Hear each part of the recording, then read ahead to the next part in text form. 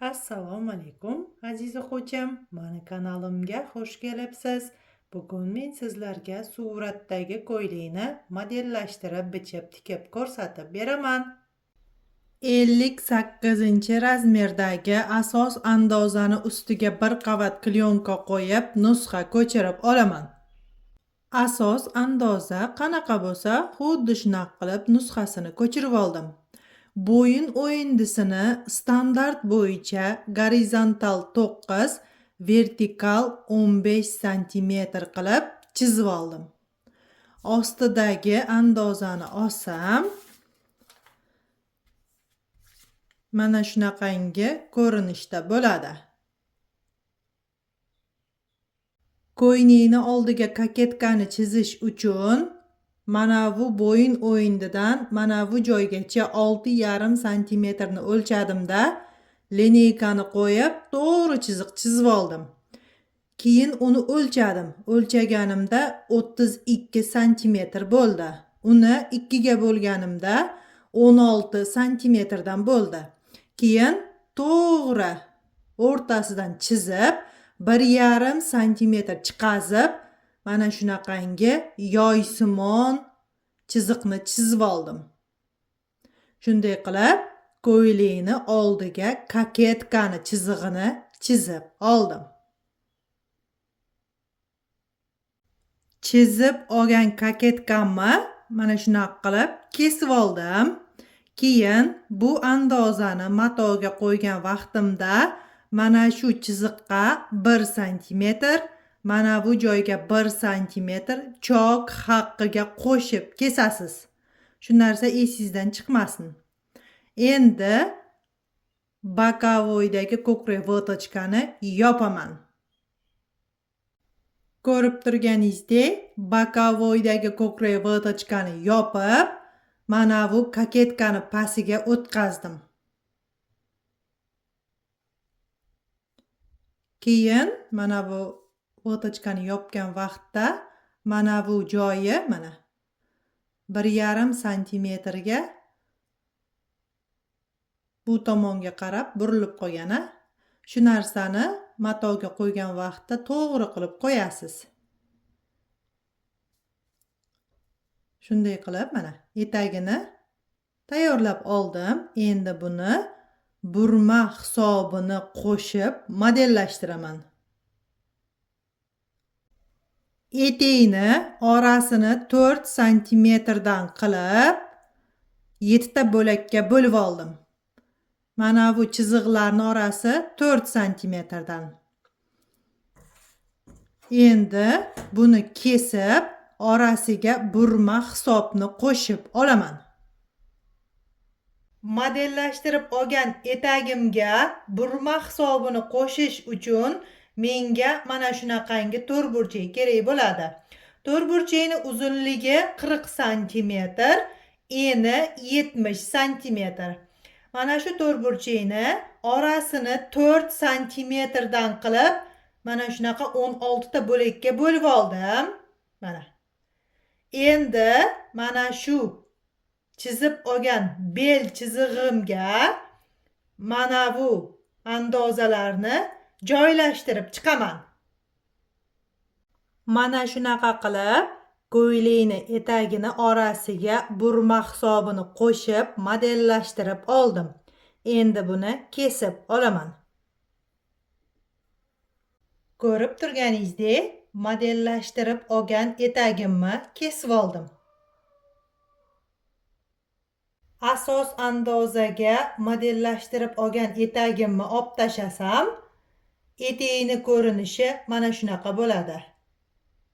Shunday qilib, ko'ylakni oldini, kaketkasi va etagini modellashtirib tayyor qilib oldim.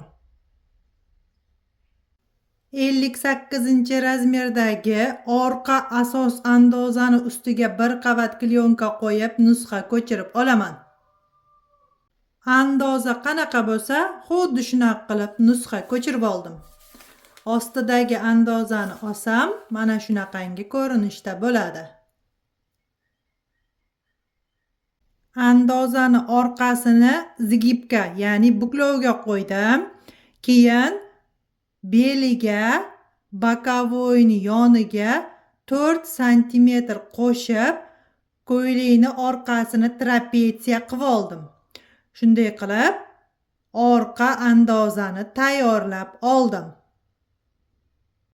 Ko'rib turganingizdek 58-razmerga standart razmer bo'yicha oldi koketkali ko'ylakni andozasini modellashtirib tayyor qilib oldim. Endi bu andozani matoga qo'yib ko'ylakni bichib olsam bo'ladi. Shtampil matoni illiq suvga chayib, mana shunaqangi qalin turbaga yoyib, salqin joyda quritib oldim. Undan keyin matoni yoyib, tekis qilib dazmol bosib oldim.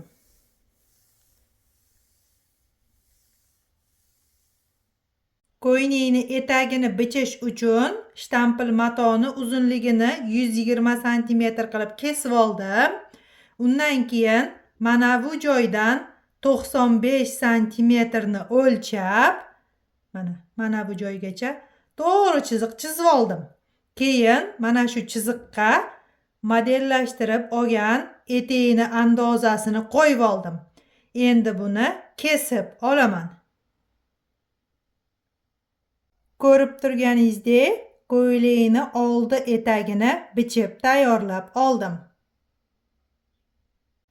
Orqa andozani matoga mana shunaqa qilib joylashtirib oldim. Endi buni kesib olaman. Ko'rib turganingizdek, ko'ylakni oldi va orqasini bichib oldim. Endi tikishni boshlasam ham bo'ladi. Birinchi bo'lib koketkaga eteğini tikib olaman. Mana birinchi qo'lchokida tikib oldim. Undan keyin mashina bilan tikib overlock qilib oldim.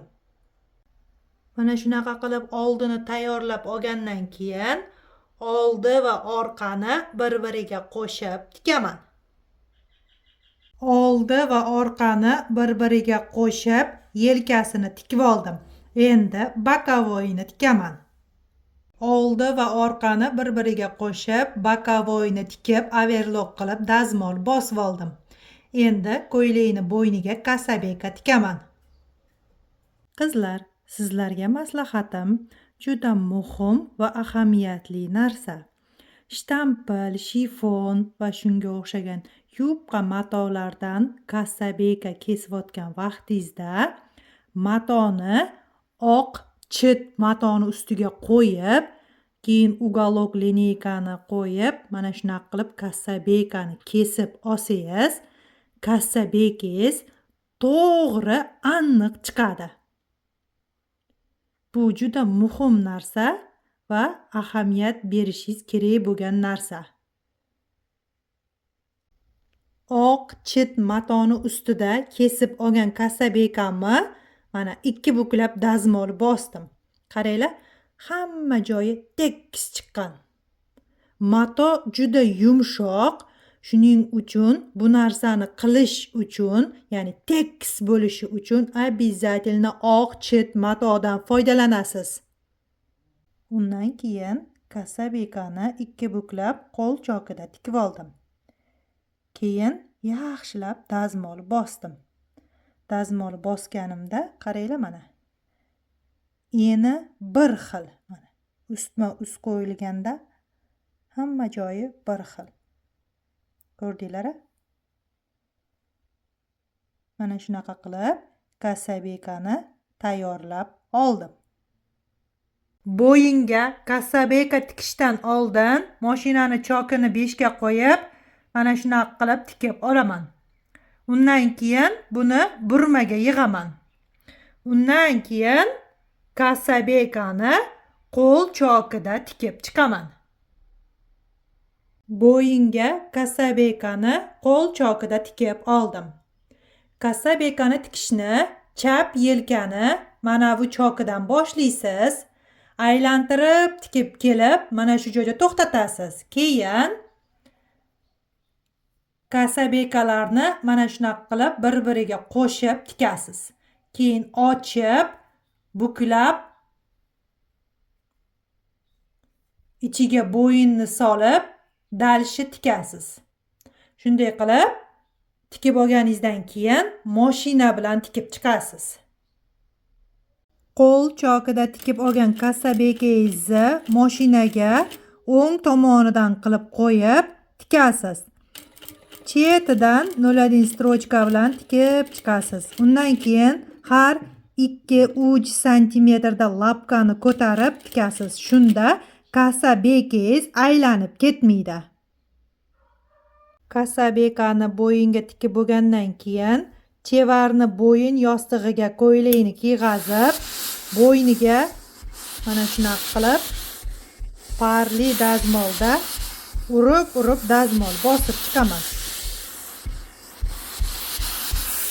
Keyin buni 5 minutga sovutib qo'yib qo'yaman. Ko'rib turganingizdek, ko'ylakni bo'yniga kassa bekani tikib tayyor qilib oldim. Aziz o'quvchim, mana chevarchilik sirlari kitobim bilan choq haqqi ichida bo'lgan tayyor andozalarim sotiladi. Kitob va andozalar komplekti Toshkentda Ipodrom bozorida sotuvda bor. Agar sizga kerak bo'ladigan bo'lsa, videoni ostida telefon raqamlarim bor. Qo'ng'iroq qilib yoki Telegramda yozib ma'lumot olsangiz bo'ladi.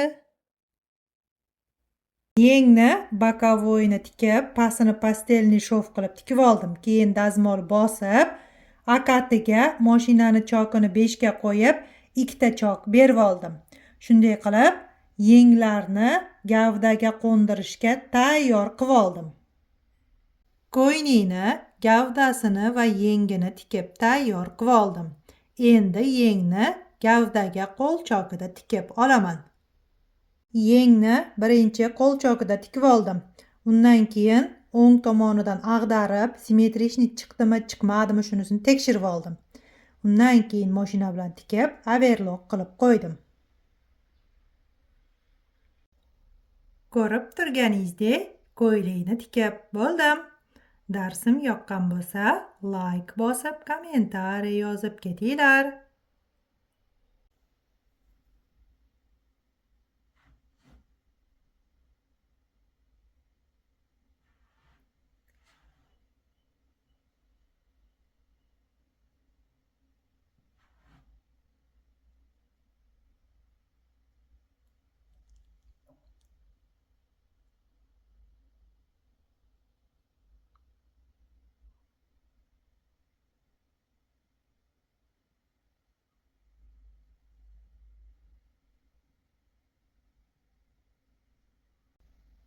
Yozgi chillasida lipchik taqmasdan mazza qilib kiyiladigan shtampil ko'ylagim tayyor. Qizlar, sizlar ham bemalol xuddi mana shu fasondagi ko'ylakni xohlagan razmeringizga tikib olsangiz bo'ladi.